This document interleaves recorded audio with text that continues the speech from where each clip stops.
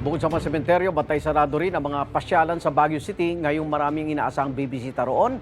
Long weekend. Live mula sa Baguio, may unang balita si Jasmine Gabriel Galban ng GMA Regional TV. Jasmine.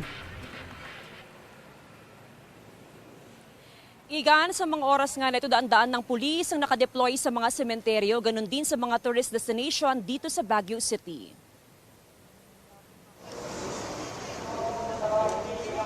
Tuloy-tuloy ang inspeksyon at monitoring na ginagawa ng mga otoridad sa mga terminal sa Baguio City. Isinailalim din sa random drug testing ang mga driver at konduktor ng mga bus. Para makasigurado tayo na yung kaligtasan ng mga biyahero natin sa ngayong panahon. Dagsana sa terminal ang mga pasaherong uuwi sa kanilang probinsya at luluwas pa Maynila. Tiyagaan ang pagpila sa mga terminal. Pahirapan na bang pagbiyahe ngayon, Mama? Opo, yung pagkuha ng taxi.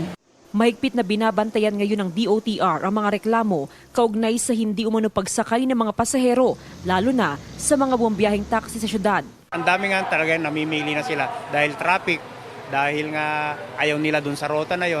Bukod sa mga terminal at mga sementeryo, bantay sarado rin ng otoridad ang mga pukpasyalan sa Baguio City. Sa traffic situation natin is okay pa. So sana ngayong bukas, sa 1 and 2 is, sa tingin ko naman dahil maximized deployment ang ating PNP personnel with kasama yung mga na-augment from other units and eto pa, kasama yung mga volunteers. Kaya talagang kayang-kaya natin. Kahit gabi na, may mga pulis pa rin nakabantay sa mga tourist assistance desk at nag-iikot sa syudad. Ngayong long weekend, inaasahan din ang pagdagsa ng mga bakasyonista. Para lang po makapagbakasyon tong mga bata kasi kwan po sila nga sim break eh. Hindi lang dahil maganda sa Baguio, tsaka para na rin po siguro sa peace of mind. Ganun. Sa nakalipas na mga araw, naglalaro sa 17 hanggang 18 degrees Celsius ang temperatura sa Baguio City.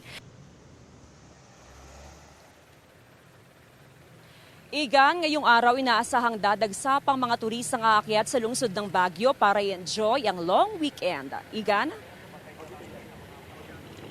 Maraming salamat, Jasmine Gabriel Galban ng GMA Regional TV. Igan, mauna ka sa mga balita, mag-subscribe na sa GMA Integrated News sa YouTube para sa iba't ibang ulat sa ating bansa.